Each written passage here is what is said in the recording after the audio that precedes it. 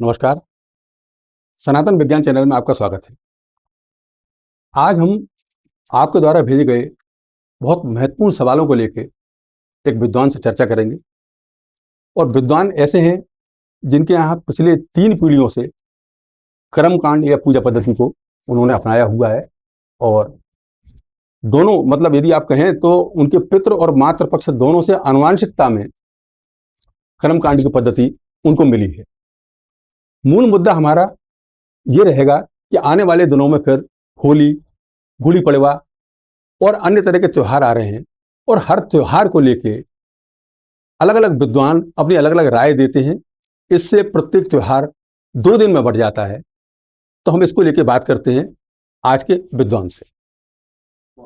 नमस्कार। नमस्कार। पंडित अरुण राठे जी आज हमारे साथ हैं, और कर्मकांड में उनका कोई सानी नहीं है।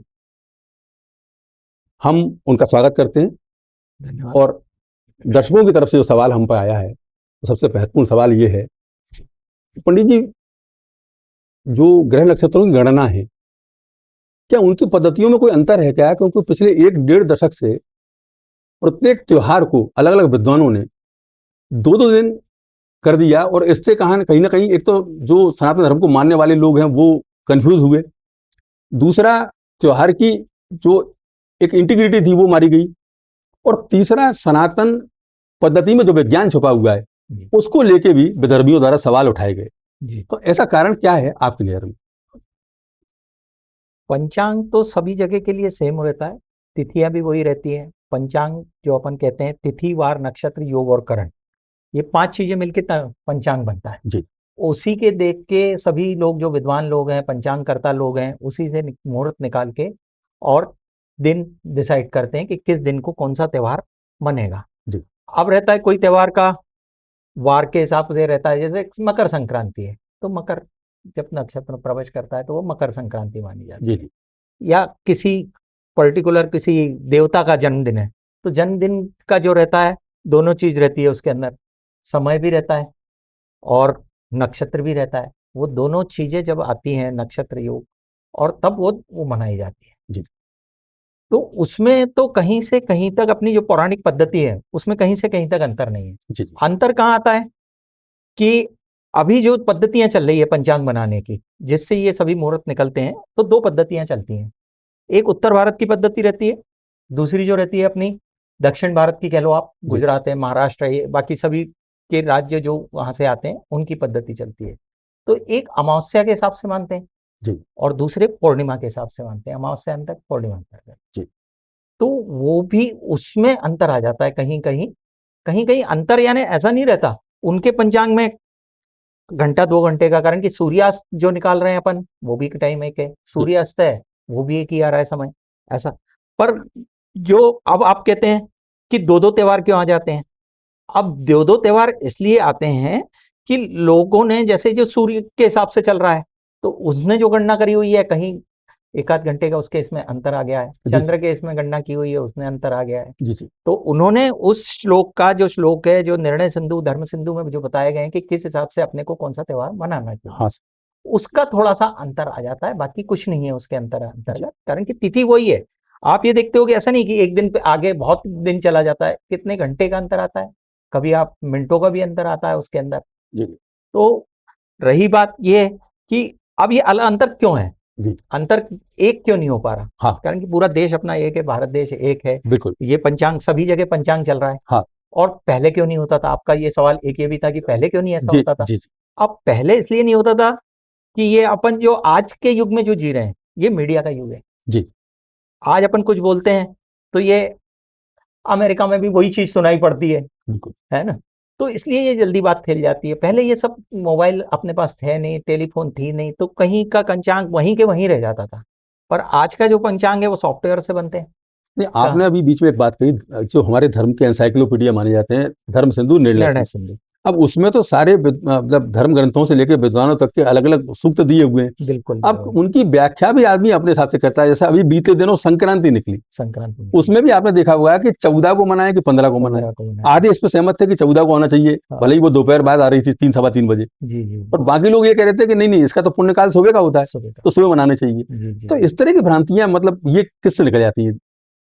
ये आप सही कह रहे हैं बिल्कुल कि भ्रांतियां हैं, पर अब भ्रांति दूर जो है वो एक मनुष्य नहीं कर सकता या एक पंचांगकर्ता नहीं कर सकता। जी जी इसके लिए सभी जो भारतवर्ष के जितने भी पंचांगकर्ता हैं, जितने भी इसके विद्वान हैं, जी उन सबको एकत्र होना पड़ेगा। जी जी और एकत्र होने के लिए सबसे पहले जो मनुष्य के अंदर ईगो होता है, हाँ, उसको त्यागना होगा। बिल्कुल बिल्कुल। ईगो जब तक त्यागेगा नहीं वो, तब तक एकत्र नहीं होंगे कि मैं बड़ा कि वो बड़ा। जी जी ये नहीं, बात होती इससे है जुड़ा यहाँ हुआ पे। मेरा एक सवाल था कि जैसे जो हमारे बड़े धर्म के सेंटर हैं, हरिद्वार, नासिक, काशी, जी आपका और जो उज्जैन, जी तो यहाँ बाकायदा विद्वत परिषद है, यानी विद्वानों की बिल्कुल है, सभाएं हैं। सभाएं हैं। तो ये विद्वानों की सभाएं जब विवाद की स्थिति त्योहारों पर बनती है, उसके बाद ये लोग बैठते हैं, बैठ के एक निष्कर्ष देते हैं। हालांकि उस निष्कर्ष में भी भ्रम की स्थिति बनती है, जी जी लेकिन मेरा आग्रह ये था कि क्यों ना ऐसा एक वातावरण तैयार किया जाए कि ये सारी विद्वत परिषद, उसमें उत्तर भारत और दक्षिण भारत, इन सभी के विद्वान पंचांग निर्माण के पहले ही आपस में बैठ के सहमति कर लें। कारण उसका ये है कि हम लोग जो फॉलोअर्स हैं, जो जो सनातन धर्म को मानने वाले लोग हैं, जी जी वो आप लोगों की वाणी पर चलते हैं, बिल्कुल आपके लिखे पर चलते हैं। बिल्कुल और वो दो अलग अलग पद्धतियों से कहीं ना कहीं सवाल भी उठता है, और एक मतलब कहीं ना कहीं थोड़ा सा दूरी भी आदमी की बन रही है कि यार कोई इनमें निर्णय एक मत नहीं। जी। तो ये इसके लिए क्या करना चाहिए, क्या लगता है आपको? इसके लिए सबसे पहले तो सब जो पंचांगकर्ता लोग हैं या विद्वान लोग हैं, जी उनको एकत्रित होना पड़ेगा। और दूसरा, इसके अंदर जो अलग अलग जगहों से अलग अलग पंचांग निकलते हैं और जो भ्रांतियां फैलाते हैं, जी जी उन सबको एकत्रित होना पड़ेगा। बिल्कुल बिल्कुल। और जब तक सर्व पंचांग नहीं आएगा, सर्व पूरा देश मिलके एक एक पंचांग या दो पंचांग बस, जी जी ठीक सर, चलो दक्षिण भारत अलग है और ये अलग है, हाँ तो सूर्यास्त वगैरह में काफी सारा अंतर आ जाता है। जी जी एक या दो पंचांग जब तक नहीं होंगे, तब तक ये भ्रांतियां दूर नहीं होगी। हाँ, मतलब वो विद्वत परिषद कोई निर्णय ले, निर्णय ले पंचांग भले सब ही हर बड़े आदमी बड़े, छापे, हर आदमी प्रकाशित करे, कोई दिक्कत प्रकाशित नहीं करें है, तो वही तिथि लेकिन होना चाहिए हाँ, उसके तिथियां अंदर, वही रहे। वही तिथियां वही रहे। जी जी। आप कर्म कांड के जानकार हैं, जी और आप ये भी देख रहे हैं कि पिछले कुछ समय, यदि अपन 1.5-2 दशक की बात करें या 3 दशक की बात करें, तो समाज में जितनी तेजी से अपराध या पाप बढ़ रहा है, उतनी ही तेजी से धर्म भी बढ़ रहा है। धर्म। हमारे यहाँ पौराणिक और वैदिक ग्रंथों में प्रत्येक अनुष्ठान के लिए अलग अलग फलों का प्रावधान है। बताया गया कि भाई इस अनुष्ठान से ये प्राप्ति होगी, उस अनुष्ठान से ये प्राप्ति होगी। जी लोग अनुष्ठान करा रहे हैं, पैसा भी खर्च कर रहे हैं, जी लेकिन वो जिस उद्देश्य के लिए कर रहे हैं, अधिकांश को उस उद्देश्य की प्राप्ति नहीं हो पा रही। जी। इसमें क्या मानते हैं आप? उसमें दोनों लोग दोषी हैं, जी जो करवाने वाला भी है, कुछ कुछ उसका तो कुछ ही परसेंटेज कह सकते हैं, पर जो करता है, कर्मकांड करता है, उसका सबसे ज्यादा दोष है। जी उसका दोष ऐसा है कि आपने तो बुलाया, आपने दक्षिणा दी, जी हो सकता है आपने भाव भी पूरे रखे, बिल्कुल। है ना। कई बार ऐसा होता है कि भाव पूरे हैं मेरे, कि मेरे को तो मैं जो आप कहोगे मैं वो करूंगा। मतलब भाव का मतलब मन वाले भाव, मन वाले भाव, समर्पण। समर्पण जो है उसका पूरा है। जी पर आपने जो ब्राह्मण जो बुलाया है, कर्मकांड करने वाला ब्राह्मण, वो कितना योग्य है, जी वो देखना बहुत जरूरी है बिल्कुल बिल्कुल। है तो ना। इसका परीक्षण कैसे कर सकते हैं आप? क्योंकि क्या है कि एक आदमी सामान्य तौर पर जो वेश धारण कर लेता है ब्राह्मण का, वो और तिलक लगा के जितना सुंदर दिखता है, आदमी को लगता है बहुत योग्य है, बिल्कुल। और इस भ्रम में फंस जाते हैं। तमाम ऐसी पूजाएं मैंने भी देखी हैं हाँ, कि जहां पे उन्होंने जिस देवता की पूजा करने गए, लक्ष्मी पूजन में लक्ष्मी के मंत्र छोड़ के बाकी सारे मंत्र पढ़े, तो हम कैसे पता करें सर ये कितना विद्वान आदमी है? तो वैदिक मंत्र और जो श्लोक होते हैं, जी आप उसको देखते होंगे, साधारण मनुष्य भी मतलब थोड़ा सा उसकी तरफ ध्यान देगा तो वो समझ जाएगा कि मंत्र किस हिसाब से बोले जाते हैं और श्लोक कैसे बोले जाते हैं। जी जी मैं एक साधारण से उदाहरण देता हूँ। अपन गणेश जी का एक श्लोक पढ़ते हैं, वक्रतुंड महाकाय सूर्य कोटि समप्रभ निर्विघ्नम कुरु मे देव सर्व कार्येषु सर्वदा। ये श्लोक पढ़ने की पद्धति होती है। जी अब इसी को कर्मकांड में वेद से पढ़ेंगे, इस गणेश जी के मंत्र में, गणानान्त्वा गणपति गुंहवामहे प्रियाणान्त्वा प्रियपति गुंहवामहे निधीनान्त्वा निधिपति गुंहवामहे वसो मम आहम जानी गर्भधमा त्वम जासी गर्भधम। जी वैदिक मंत्र। ये वैदिक पद्धति हो जी गई। अब ये दोनों पद्धतियां हैं। भाव आपका एक है, उसका करवाने का भी हो सकता है, मैं किसी को क्रिटिसाइज नहीं कर रहा ये सब कह के, जी है ना, हो सकता है उसका भी भाव है, उसको उतना ही आता है ना, हो मंत्र नहीं आते होंगे, श्लोक से वो पूरा करवाना चाहता है। पर जो अपने जो सनातन पद्धति में कहा गया है, वैदिक पद्धति में कहा गया है कि जो सबसे ज्यादा फल प्रदान कौन करेगा, जो वैदिक, जो अपने जो वैदिक मंत्र है उसके द्वारा अगर कोई प्रयोग किया जाएगा आपका, तो वो जल्दी से जल्दी आपको फल देने वाला होगा। बिल्कुल। तो वो वैदिक पद्धति से करवाना बहुत जरूरी है। और दूसरा उसके अंदर आपका ये है कि मालूम कैसे पड़े। अब मालूम तो ऐसे तो नहीं कह सकता कि कोई घर घर जाके नहीं बताता, और ऐसी कोई वैदिक परिषद भी नहीं है कि जो लोगों को ऐसा जागरूक करें। हाँ। जो इसके अंदर पढ़े रहते हैं मोबाइल के अंदर, जो यूट्यूब वगैरह के अंदर पड़े रहते हैं, वो भी भ्रमित करने वाले रहते हैं। हाँ हाँ। ये भ्रमित करने वाले वीडियो जब तक दूर नहीं होंगे तब तक सामने वाले को समझ में नहीं आएगा। जी बिल्कुल। पर अब रहा जाए कि कर्मकांड करने वाला जो पंडित है वो ऐसा क्यों करता है, कि वो जितना दोषी नहीं है जो करवाने वाला, उसका तो भाव अलग है, पर दोष किसको लग रहा है, जो करवा रहा है, बिल्कुल। वो उसको दोष लग रहा है। तो उसको समझना चाहिए कि मेरे लिए काम बहुत सारे हैं, मैं इसी काम को, ये भगवान से संबंधित काम है, ईश्वर के पास जाने का कार्य है, जो आप इसको सामने वाले यजमान को जो है ईश्वर के पास ही ले जा रहे हो, जो उसने सोचा हुआ है वो उसका काम करवाने के लिए ले जा रहे हो, जी जी। है ना। तब तक इसको भी मतलब जो कर्मकांड करवा रहा है उसको भी ये समझना पड़ेगा। जी ये बात बिल्कुल है। बिल्कुल।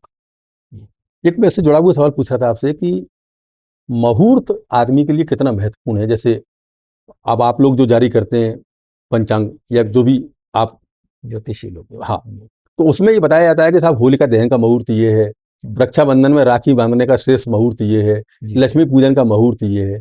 लेकिन आदमी उस मुहूर्त के चूंकि महत्व को समझता नहीं है, इसलिए वो ये प्रत्येक कार्य अपनी सुविधा से करता है। सुविधा से। तो मुहूर्त आपकी नजर में कितना महत्वपूर्ण है? मुहूर्त तो सबसे महत्वपूर्ण है।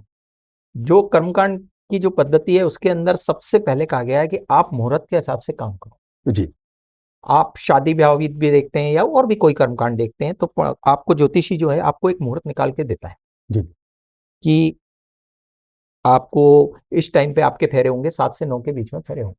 तो उसने कुछ ना कुछ उसके अंदर जो जितने भी अपने ग्रह हैं उनको देखा होगा कि ग्रह सही बन रहे हैं कि नहीं, इनकी पत्रिका को देख के, वर और वधु की पत्रिका को देख के, वो ग्रह देख के, और ये डिसाइड करते हैं कि ये आपके लिए शुभ मुहूर्त है। जी बिल्कुल। और अगर इसमें नहीं करते हो तो उसके परिणाम आप कई बार देखते हो कि कई तरह के परिणाम हो रहे हैं। आप देख रहे हो आजकल के विवाह जी कई बार टूट जाते हैं, कई बार नहीं टूटते।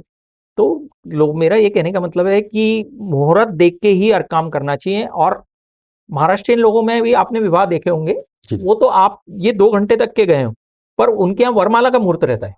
जी जैसे मान लीजिए कि 11:11 का मुहूर्त है, उसमें कुछ सेकंड का भी उन्होंने वो नहीं दिया है। जी जी अगर वो 11:11 पे वरमाला होती है तो वो शुभ जी जी। है ना। हो सकता है 11:20 बजे बाद या 11:15 के बाद में कोई ग्रह परिवर्तन हो रहा हो, वही ग्यारह नुकसानदायक पंद्रह भी क्यों होगा। नहीं दिया उस दिन उस समय उन्होंने, बिल्कुल बिल्कुल। है ना। जी तो दोनों की पत्रिका देख के गया होगा, तो मुहूर्त का तो 100% स्थान है आपके इसमें कर्मकांड में, कि बिल्कुल। आपको कोई भी चीज है शुभ मुहूर्त में करना चाहिए। और अंतिम सवाल मेरा ये था इसमें कि ये जो विवाह है, बाकी और जो संप्रदाय हैं उनमें कहीं ना कहीं एक कॉन्ट्रैक्ट है एक तरीके से, जी जी लेकिन हमारे यहाँ ये एक वैदिक बंधन है। बिल्कुल है। और हम जो देख रहे हैं कि विवाह के ऊपर होने वाला खर्च लगातार बढ़ता जा रहा है, जी जी डेस्टिनेशन मैरिज हो रही है, जी जी लेकिन उसको आनंद या एंजॉय का एक वो बना दिया गया है। और वैदिक पद्धति जो वास्तव में होना चाहिए फेरे के लिए या और गणपति पूजन के लिए, प्रवेश के लिए, जी जी उन सबको शॉर्ट करते हुए नाच गाना पार्टियां इनके बढ़ते जा रहा है। तो इसका क्या लगता है आपको, क्या इफेक्ट इसका रहेगा सर? इफेक्ट तो अच्छा रहेगा ही नहीं, और रह भी नहीं रहा है। आप ये देखते हो, आप किसी भी शादी में जाते हो तो पंडित जी नाच गानों के लिए आप घंटों है आपके पास में, पर जैसे ही पंडित जी का समय आता है, पंडित जल्दी करो निकलना है, पंडित जल्दी फेरे करवा दो। जी अब पंडित जी के अंदर कोई मशीन तो लगी हुई नहीं है। जो भी काम करना है, कर्म करना है, उसका एक समय निर्धारण है कि ये इस कर्म के लिए 1.5 घंटा लगेगा, इस कर्म के लिए 2 घंटे 2.5 घंटे तो हमें लगेंगे ही लगेंगे, जी है ना। पर उसमें अरे 1 1.5 घंटा लगेगा, 15 मिनट में करवा दो साहब। ये हर पंडित के साथ में ये प्रॉब्लम आ रही है। जी जी और उसके कारण क्या हो रहा है कि विवाह पूरा हो नहीं पाता। लोगों को भी ऐसा लगता है, उसी टाइप के पंडित जी भी मिल जाते हैं, तो वो भी उसी टाइम में 15 मिनट में करवाते रहते हैं। जो ना आपका भाव है, न पंडित जी का समर्पण है उस काम के प्रति, जी। दोनों रह जाते हैं। अगर समर्पण भी है, पर आप उनके इतने पीछे पड़ जाते हैं कि वो अपना काम पूरा नहीं कर पाते, बिल्कुल। है ना? जितने पूरे मंत्र पढ़ना चाहिए, कि जो वेदोक्त विधि है सब, ये कर्मकांड यानी क्या है, वेदोक्त विधि है। जी, जी। अगर वेदों के मंत्र अगर अपन पूरे नहीं कहेंगे, जल्दी-जल्दी फेरे करवा दिए, मतलब उसके स्टेप्स हैं, उनको वो प्रक्रिया को पूरा करना प्रक्रिया पड़ेगा को पूरा आपको। करवाना जी, चाहिए, जी। है ना? अगर प्रक्रिया पूरी नहीं करवाते तो वो अधूरी है। जी। और कहीं न कहीं उसका भोग जो है किसको भोगना पड़ेगा? वर-वधू को भोगना पड़ेगा, उसके परिवार को भोगना पड़ेगा। जी। तो मेरा सभी लोगों से यही अनुरोध है, जो भी शादी करवाते हैं, कि एक पंडित जी के लिए जितना टाइम आपने दिया हुआ है, जी, जी। तो वो उतना समय उनको दे। जी। उनके काम के उसमें बीच में ना अड़ंगा लगाए। हाँ, हाँ। और वो सबसे महत्व, आप शादी कर रहे हैं, इसका मतलब ही है कि दो लोगों को बंधन में बंधवा रहे हैं। अपने यहाँ पे नारायण और लक्ष्मी कहा गया है, जी, जी। नारायण और लक्ष्मी के रूप में उनकी पूजा कर रहे हैं। जी। आप उनके लिए समय कम दे रहे हैं, उनकी पूजा के लिए, और दूसरे कामों के प्रति आप अपना वो कर रहे हैं। आप उसको उसमें भी एंजॉय करिए, पर ये इस काम पे जो नारायण लक्ष्मी अपने जो पूरी पद्धति है अपनी, उस पे भी समय दीजिए। जी, जी। कि जो सबसे ज्यादा फल देने वाली है, यही पद्धति है आपको। बिल्कुल। आप दोनों को आशीर्वाद, जो इतने सारे लोगों को आपने बुलाया हुआ है, वो आशीर्वाद देने के लिए बुलाया हुआ है। जी, जी। अगर वही पूरा नहीं होगा तो उस काम का अपने को क्या फायदा, जी। है ना? बहुत धन्यवाद आपका। नमस्कार साहब, धन्यवाद। हम अब अगले एपिसोड में आपसे फिर एक नए विद्वान के संग, नए मुद्दों के संग चर्चा करेंगे। तब तक आप हमसे जुड़े रहें। हमारे चैनल सनातन विज्ञान को सब्सक्राइब करें। बहुत धन्यवाद। आज्ञा दीजिए।